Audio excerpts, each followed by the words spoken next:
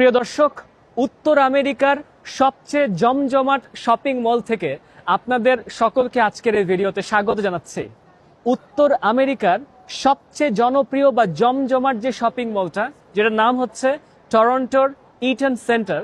এই ইটন সেন্টারটা যখন আপনি হিসাব করবেন কি পরিমাণে মানুষ এই ইটন সেন্টারটাকে হয়তো পার করে যাচ্ছে অথবা ইটন সেন্টারটাকে দেখতে এসছে বা কেনাকাটা করতে এসছে, তাহলে সেই সংখ্যাটা দাঁড়িয়ে যাচ্ছে বছরে প্রায় 5 কোটি মানুষের কাতারে।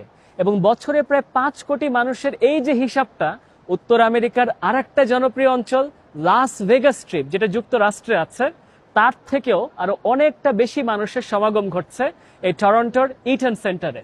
আজকের এই পর্বে আমি আপনাদেরকে টরন্টোর এই ইটন সেন্টারটা ছোট করে একটু ঘুরিয়ে ঘুরিয়ে দেখাচ্ছি এবং ইটন সেন্টারের পরিবেশটা আপনাদের সঙ্গে হেঁটে হেঁটে উপভোগ করছি। আসেন আমরা একটু এখান থেকে দেখি কি দেখতে পাওয়া যাচ্ছে।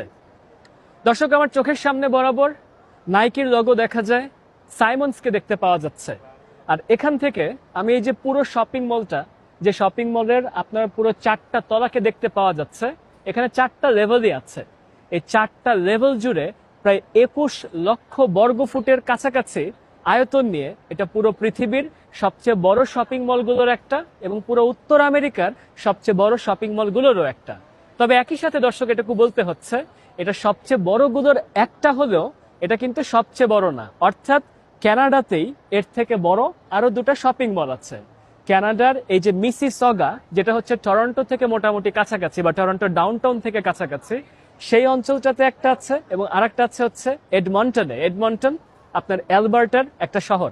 দর্শক, এপাশ থেকে যদি একটু দেখাই, দেখেন বিভিন্ন রকমের আউটলেট দেখতে পাওয়া যাচ্ছে।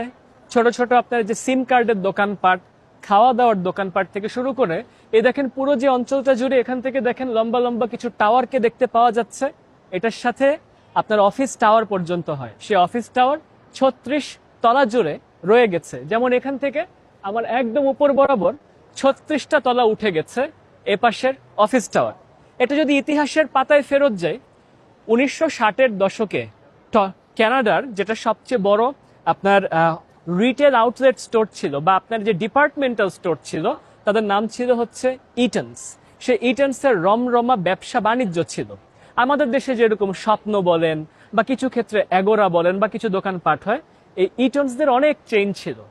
ইটনসরা এই অঞ্চলটা, অর্থাৎ বর্তমানে যেটা ডান্ডা স্কোয়ার বলা হয়ে থাকে টরন্টো শহরের, এখানে ওনাদের জমি ছিল। ইটনসরা 1960-এর দশকে মনে করলো এই জমিটাকে ওনারা রিডেভেলপমেন্ট করবেন এবং রিডেভেলপমেন্ট করে এখানে ওনারা একটা শপিং মল ধাঁচের কিছু একটা করবেন। 1977 সাল নাগাদ এই শপিং মলটা প্রস্তুত করা হয়ে গেছিল। তবে 1977-এ প্রস্তুত করার পরেও এই শপিং মলটাকে বারবার সংস্কার করা হয়েছে এবং সংস্কার করতে করতে শপিং মলটা আজকের এই রূপে এসে হাজির হয়েছে।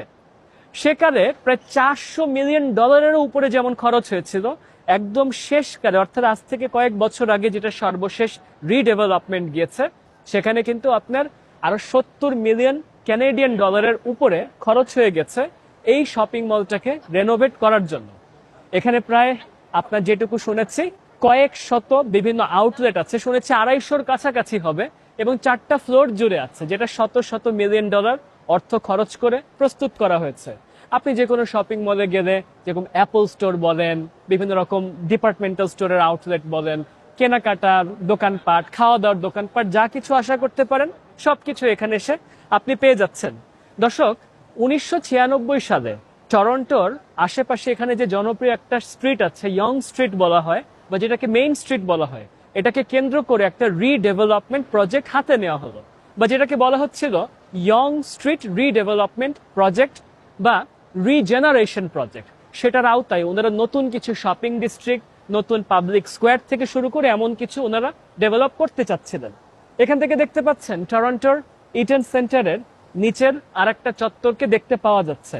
ছোটখাটো ফোয়ারা চলছে এবং সে ফোয়ারার আওয়াজটাও আমরা এখানে দাঁড়িয়ে দাঁড়িয়ে শুনতে পাচ্ছি। তো দর্শক, আমরা উত্তর আমেরিকার সবচেয়ে জমজমাট যে শপিং মলটা, সেটার কিছু দৃশ্য এই ভিডিওতে দেখলাম এবং নিশ্চয়ই আরো অনেক অনেক ভিডিও কানাডা থেকে আসতে থাকবে। তো সবাই এরকম আরো অনেক ভিডিওর অপেক্ষায় থাকবেন। সবাই ভালো থাকবেন, সুস্থ থাকবেন। সবাইকে ধন্যবাদ।